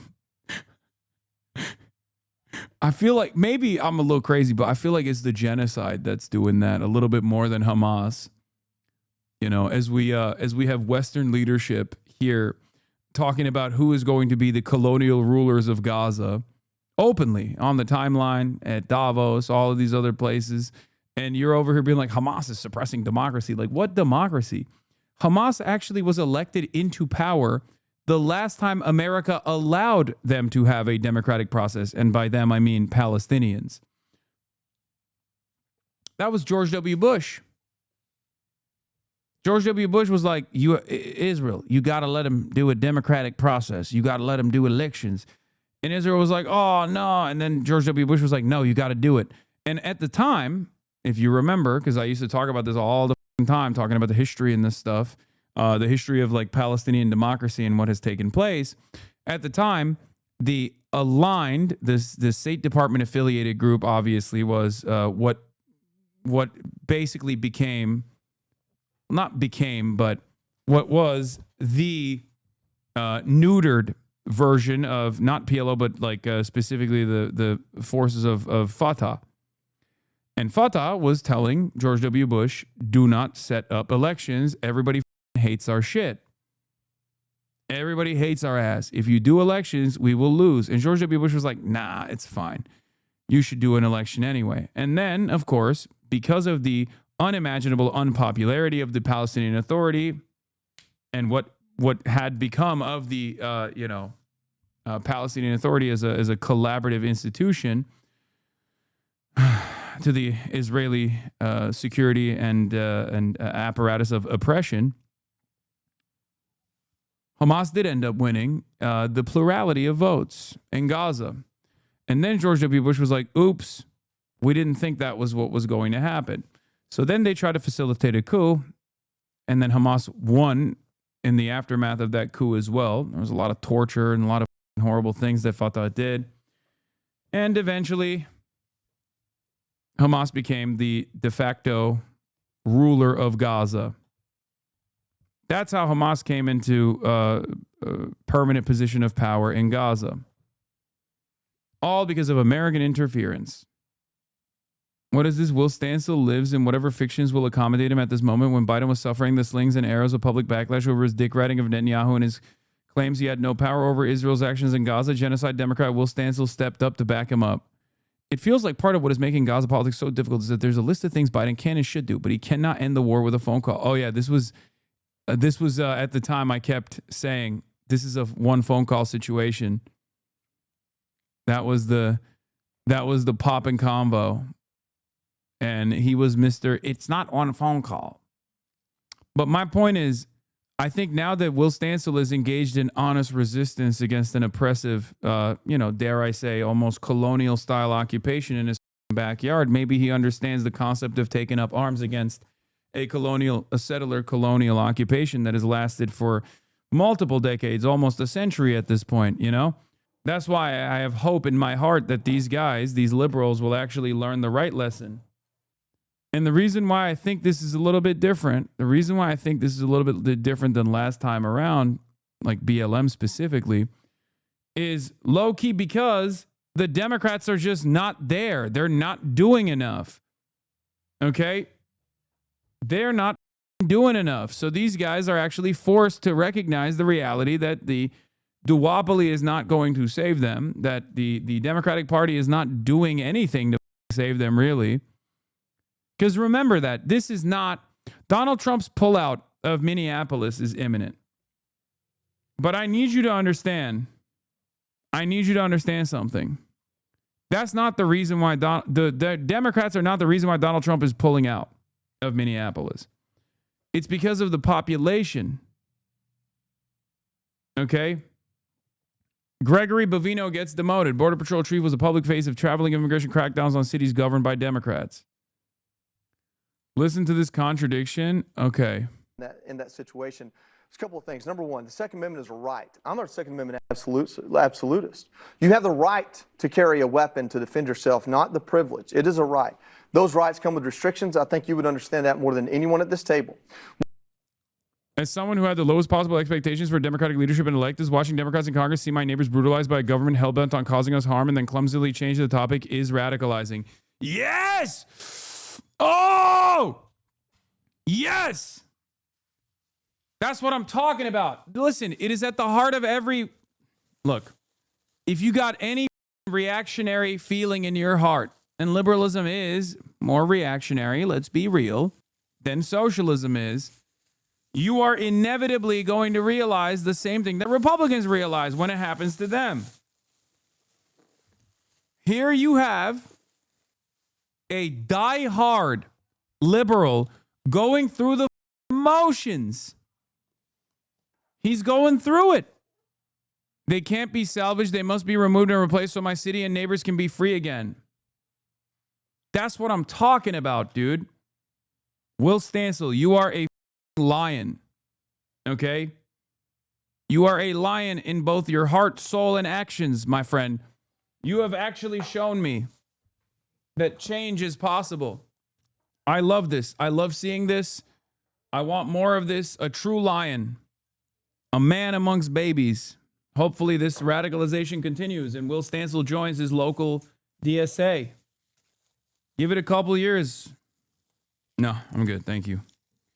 Give it a couple years to be leading the vanguard. No, I'm just kidding. Okay, I'm getting ahead of myself here. I don't want to lean into this memeing too much because I think people are going to say, "Oh, you love hyping up white boys or whatever."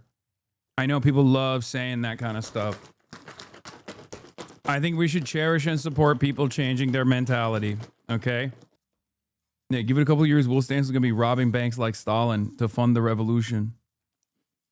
Bovino is out, ladies and gentlemen. It's a moment of glory.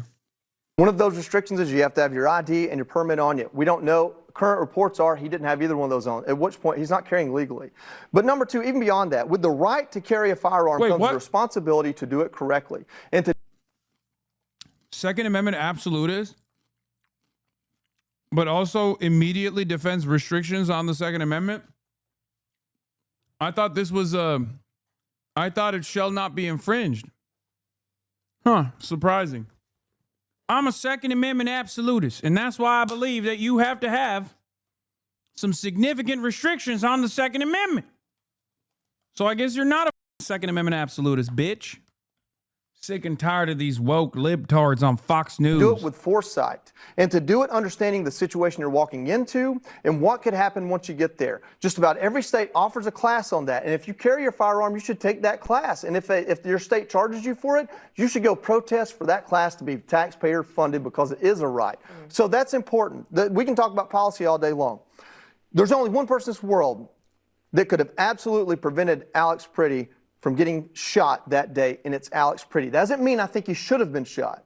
I don't think it was necessary whatsoever to shoot Alex Pretty to save a life. But I get to watch that incident from... The fuck? Now, if I say the only person on the planet that's responsible for, losing both of his legs is this dipshit and not the IED that shot his dick into the stratosphere, I'm the asshole, right? Except in that situation, I am right. He literally shouldn't have been there, right? But I would never say that, of course. I would never say that. This isn't Brian Mass. No, this is the other guy. He also doesn't have legs. Last stream, guys, I'm not saying this is an appropriate thing to say. I'm showing you that it's inappropriate by using a counterexample. Okay? This is an inappropriate line of argumentation. Behind Alex Pretty, not as one of the arresting officers and not as potentially the person that I believe from looking at the video did shoot him. Why does he have 10 rounds in him? Because if you have to shoot anybody once, you better shoot them enough to kill them, because if you're shooting somebody, you think they're trying to kill you. Every police officer in this country is taught that. If you want to change that, go lobby to have it changed. Why was he shot? He was shot because of the reasonableness clause, the reasonableness doctrine. The Supreme Court decided this, which is the fact that if you are a police officer conducting police work and someone has, and it's explicitly outlined, someone has resisted arrest, violently or not, disobeyed orders, and shown the means to harm you, then you have the ability to protect yourself. Now, do I think he should have been shot? No, because I see 10 things that happened before that happened that could have been handled differently. So it's not his fault then. Brother, this dude doesn't have a leg to stand on with this argument. Come on now. That's crazy. I mean, be a little consistent. You're so wobbly with your argumentation. It don't make no damn sense. Stop wobbling around, brother. Give me something consistent. I need some stability here, you know? You need to stand on business, big dog. 10 toes down. You know what I'm saying? If you think it's up that Alex Pretty was shot, just say it. Don't understand this wheeling and dealing going around. Really messed up. Anyway. All right. Let's do Bovino. Let's do Bovino. An even dumber take. Oh, the 5. Let's see. Did the 5 video get rolled out yet? Because I want to watch that. All right. Let's just do the breaking news. Minneapolis and to a Fox News alert. Multiple sources telling Fox News Bill Malhusian Border Patrol Commander Greg Bovino and some, not all, Border Patrol agents are leaving Minneapolis as soon as tomorrow. More on that as we get it. But in the meantime, a big talking point on the left has been that all of this has never been about immigration. With states like California and Texas, illegal immigration population far above that of Minnesota. But we're digging into why this chaos is happening in Minnesota, but not other places. Governor Walz, Mayor Fry, and all Democrat leaders should turn over all criminal illegal aliens currently incarcerated in their prisons and jails to federal authorities, along with any illegal aliens with active warrants or known criminal histories for immediate deportation. If Governor Walz and Mayor Fry implement these common sense cooperative measures that I will add have already been implemented in nearly every single other state across the country, Customs and Border Patrol will not be needed to support ICE on the ground in Minnesota. ICE and local law enforcement can peacefully work together, as they are effectively doing in so many other states and jurisdictions. The numbers back that up when it comes to states working with the feds. A recent report shows Texas and Florida are the top 2 states for ICE arrests. Is that because those areas cooperate with the federal government on enforcement? Joining me now, former acting ICE director Jonathan Fahey. Jonathan, let's just clarify the talking point and the reality. The talking point is that all of this is going on in Minnesota for political reasons, and that they're not concentrating resources, DHS, into places like Texas and Florida where there are more illegal immigrants. But the stats show, in fact, there are more arrests happening in Texas and Florida. So why don't the streets look like they do in Minnesota?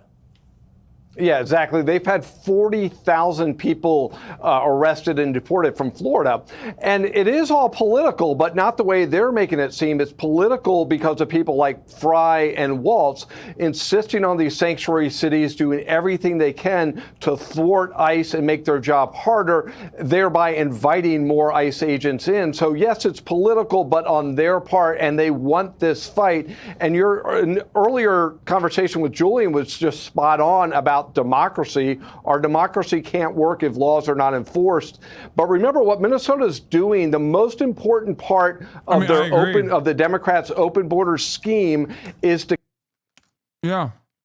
That's why it's a major problem that there's an unaccountable enemy foreign force engaging in a domestic occupation. Yeah, exactly. Keep the illegal aliens here for electoral reasons. That's all this is about. They don't care about keeping ICE out. They care about keeping illegal aliens here. And that's what it's about, but it's politics, but on the other side. The mechanical detail that makes the numbers disproportionate in terms of presence on the streets of Minneapolis versus, say, the streets of Dallas is that if a locality honors an ICE detainer, then it only takes one ICE agent to pick up a criminal illegal alien from a jail. But if you, like they do with under Jacob Fry in Minneapolis, release the criminal back onto the streets, now it takes a team to go get that guy on the streets. But I do want to ask you about this breaking news, Jonathan. Greg Bovino and some Border Patrol might be leaving Minneapolis as soon as tomorrow. It's hard to interpret that. I would have to think the mob, the chaos, the agitators, the insurgents will take that as a victory.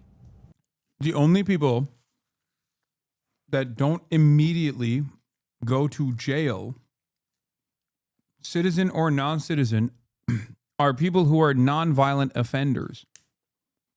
Okay? There is no world where someone who is like a rapist, serial killer gets released to the streets. The problem these guys have is that nonviolent offenders that are like, I don't know, getting hit with like a trespass or something, if they're undocumented, of course, wait out for their court dates. They don't get thrown in prison because that would be insane. That's the only type of people. That is the only type of like undocumented migrant that doesn't instantly go to jail. Yeah, that would be a concern that they take it as a victory. But one way of looking at it, they've been very effective. I think they've removed 3,000 people during the surge. So they've really probably got most of what they initially went in there for. And maybe during that call between President Trump and Governor Walz, there were some assurances of some cooperation between ICE and the local officials. And maybe that's part of the deal. Hey, because you're right, all you need is one guy to get him out of a jail. And Todd Lyons was talking about the other day on Fox that you need 10 to 15 agents now because now you need agents to protect agents. And it's still far more unsafe. So, aw, boo-hoo. Aw. Yeah. No. You can't just like kidnap neighbors like that. That's crazy. Hopefully they're getting cooperation, but you know they have been very effective putting all this aside in terms of arresting illegal aliens and criminally illegal aliens in Minnesota. Yeah, but you go into the streets to arrest these guys with a team or 10 or 15, and then you also have to protect your own flank from the rioters in the streets. You have to protect yourself from, I don't know, the trash cans, the armed rioters, and so forth, the brick throwers, the car rammers. It's just a spiraling situation based upon the idea that you won't enforce democratic laws. We'll see if that changes. We'll see if Waltz and Fry actually violate their own sanctuary city policies now to hand over the final remaining violent criminals, illegal aliens, to the federal government. John? That's a lie. There is no violent criminal. There is no violent criminal that's not deportable. There is no violent criminal undocumented migrant that the Department of Corrections in the state of Minnesota will not release. The only time where they refuse to release it is if a court will literally say the place that you're releasing them to is CCOT, which is the only other prison system in the United States of America that is worse than the American prison system, and therefore this would be a violation of this prisoner's human rights. For those of you who don't know ball, let me explain something to you. Norway, for example, has a de facto non-extradition policy to the United States of America. Now, of course, Norway is a cooperative nation. Why would they not extradite prisoners to the United States of America? The reason for why is because Norwegian courts have found out that the conditions in American prisons are so horrible that it would be a human rights violation if you were to send a prisoner that has done a crime in Norway back to the United States of America to carry out the rest of their sentence in an American prison. The only other place on the planet that American judges so far have refused to send American prisoners to, undocumented migrant prisoners to, is CCOT.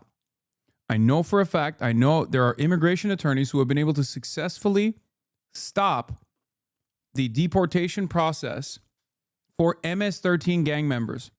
Like actual MS-13 gang members who are undocumented migrants who are obviously serving their prison sentence in the United States of America.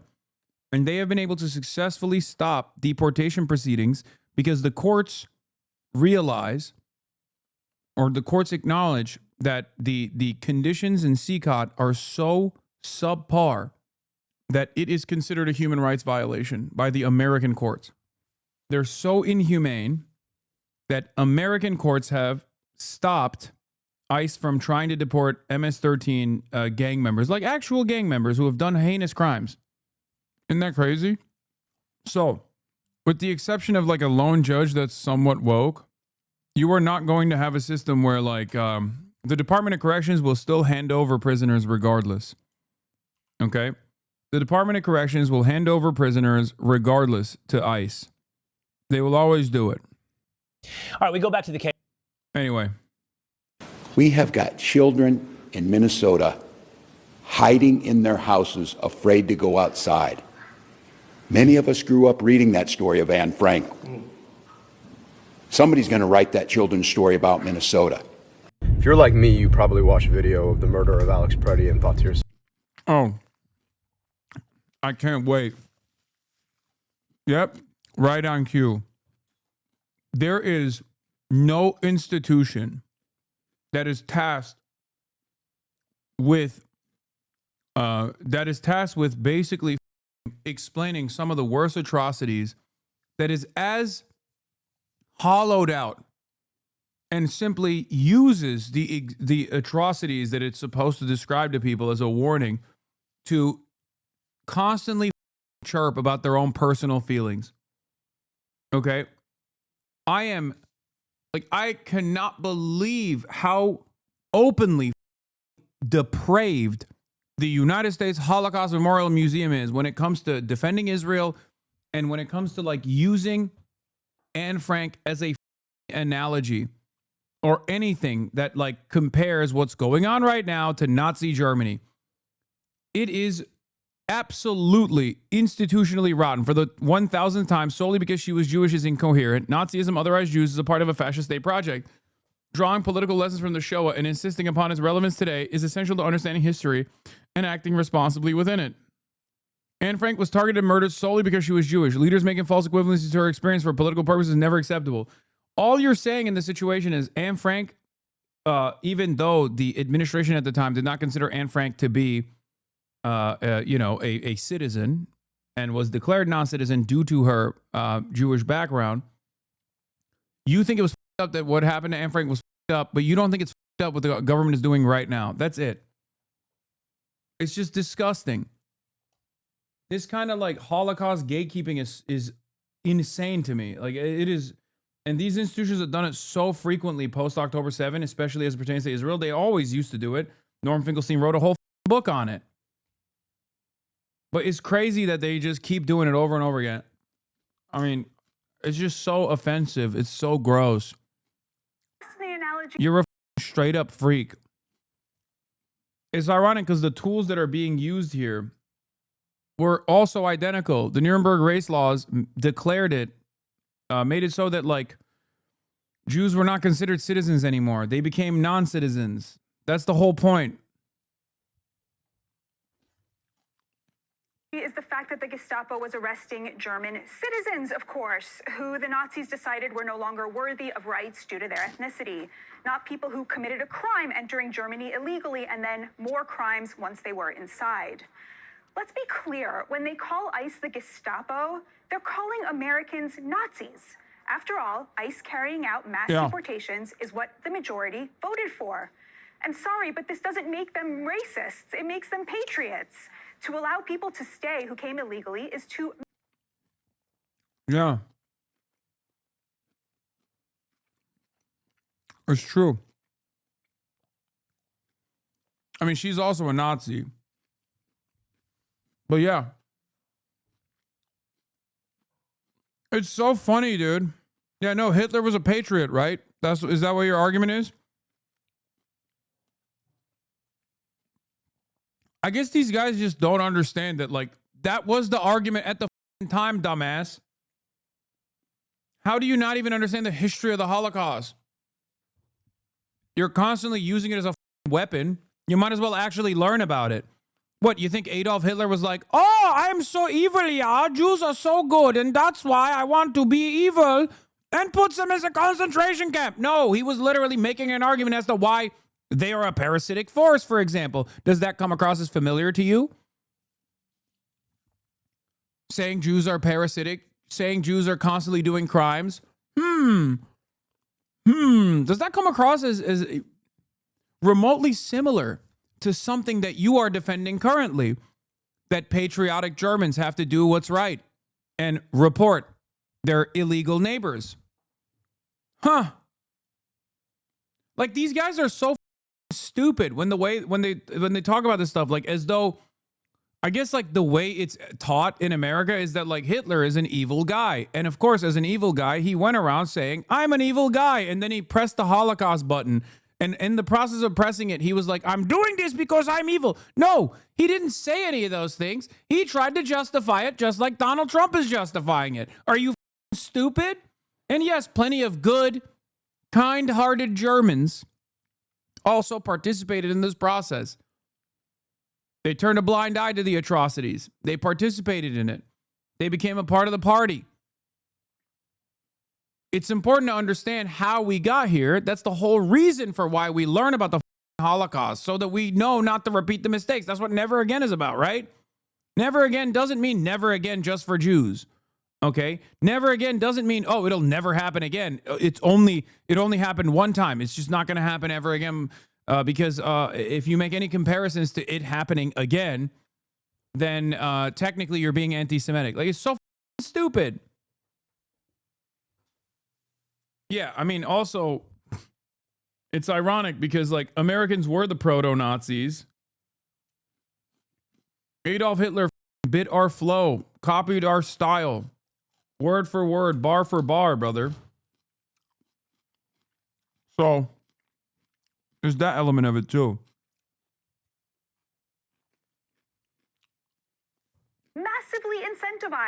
incentivize such a flagrant abuse of our laws. And contrary to the mythology on the left, you can't just ask people politely to leave the greatest country on earth and think that they will, especially the hardened criminals among them. Lost in the analogy is the fact that the Gestapo was arresting German citizens, of course, who the Nazis decided were no longer worthy of rights due to their ethnicity, not people who committed a crime entering Germany illegally. Jews were literally not citizens by the point of the Gestapo rounding them up. You're a idiot. Jews were deported and sent to concentration camps in the exact same process that we are currently using. How do you have a Star of David around your neck and the most basic facts about the Holocaust evade you? How is that possible? It's quite literally the same mechanism. No, Jews were non-citizens according to the German government. I don't understand how these don't know anything. How is that possible? Yeah, perhaps the comparison offends you because you are a Nazi. Nazis at first were allowing Jewish people to self-deport and forcefully deported them. Why do people think it started and escalated in one day? That's why I said they literally treat this as like Hitler being like, I'm evil and the Jews are good, and that's why I'm deporting all the Jews and not even deporting them. I'm doing the Holocaust. Like, and then he hit the Holocaust button and he kept spamming it. Like, that's how it happened. It was one day, overnight. Like, this was not a build-up where the Nazis were like defending why they were doing this, why this must be done over and over again. Oh. Hasan Reactions, one of the best ones in the React channel.